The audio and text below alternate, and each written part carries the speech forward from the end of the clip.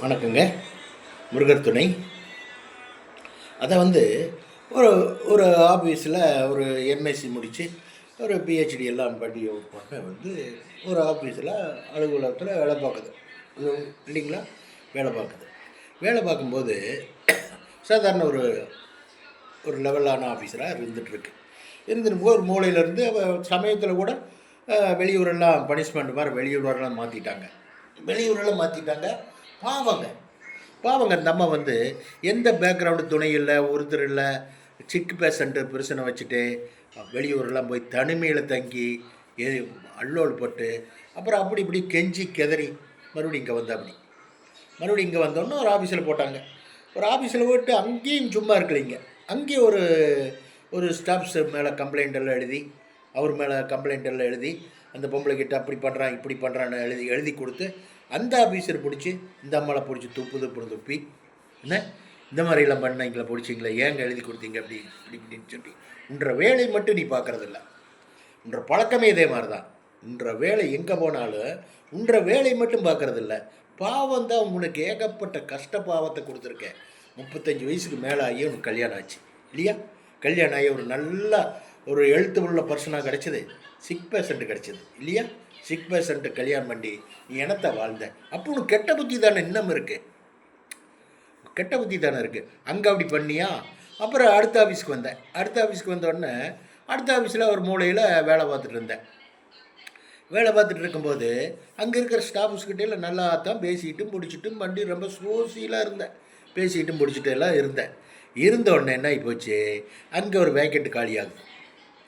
அந்த வேக்கெண்ட் காலியாகும்போது சும்மா நீ மெரிட்டில் கொடுத்துட்டாங்களா உனக்கு? நீயே சொல்ல.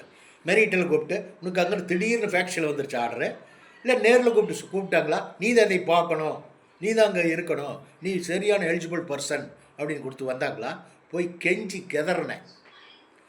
கெஞ்சி கெதறி அழுது விரண்டு 100 வருஷம் தான் இருக்குது சார், நான் இதை பார்த்துட்டு போகிறேன் சார், அப்படி இப்படின்னு ஒரு தடவை 2 தடவை 10 தடவை கெஞ்சதுனால அங்கே உனக்கு சரி இன்சார்ஜ் மாதிரி தானே, சரி பார்த்து தொலைது விடு, ரொம்ப கெஞ்சிகிட்டே இருக்கான்னு சொல்லி அப்படி கிடைச்சது உனக்கு அந்த வேலை இல்லையா? கரெக்டு தானே? அப்படி கிடைச்சது இந்த வேலை. அதை அங்கே உன்னுடைய அந்த முதல்ல அமைதியாக இருந்தே இல்லை, அதையெல்லாம் விட்டு போட்டு இங்கே ஏகப்பட்ட கெடுதல் பண்ண ஆரம்பிச்சிட்டேன்.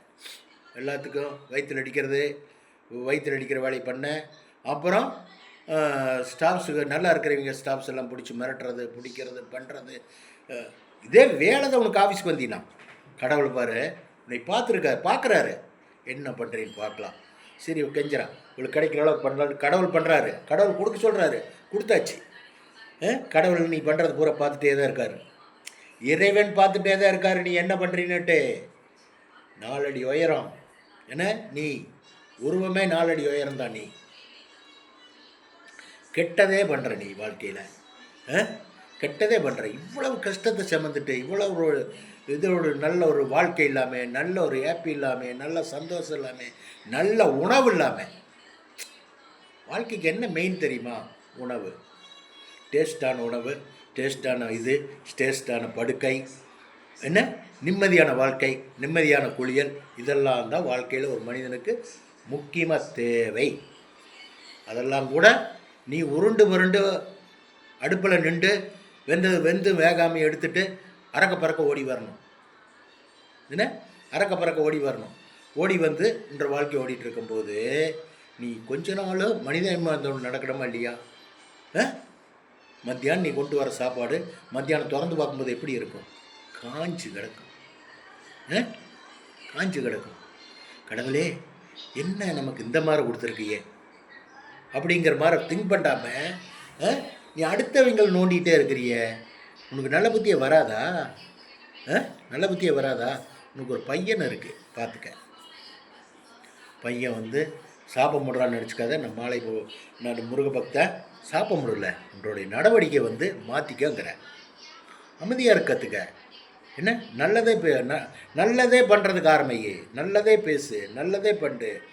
இல்லாட்டி அமைதியாக இருந்து உன்ற வேலையை மட்டும் பாரு. நடக்கிறது நடந்துகிட்டே இருக்குது. நீ போய் இப்போ 4-5 மாதம் தான் ஆச்சு. 4-5 மாதத்தில் தூக்கி நிறுத்திட்டியா? எவ்வளோ கெடுதல் பண்ணுமோ அத்தனையும் கெடுதல் பண்ணி போட்டேன். வேறு என்ன நல்லது பண்ணியிருக்க சொல்லு பார்க்கலாம். ஒன்று சொல்லு பார்க்கலாம், என்ன நல்லது பண்ணியிருக்க? மனுஷர்கிட்ட, நம்மளை மானிடர்கிட்ட நல்ல பேர் வாங்கணும். கடவுளாக படைக்கப்பட்டவர்கள் மனுஷர்கள், அந்த மனுஷர்கிட்ட நல்ல பேர் வாங்கணும். புரிஞ்சுதா? உனக்கு சாதாரண ஒரு லிஃப்ட்டு ஒரே ஒரு ஸ்டெப் அதிகமாக கொடுத்தங்காட்டி இந்த போடுறீங்கன்னா, அதை விட உயர்ந்த பதவியெல்லாம் இருக்குதுல்ல, அந்த மாதிரி பதவியிலெல்லாம் ஒன்று உட்கார வச்சா என்ன பண்ணுவ நீ?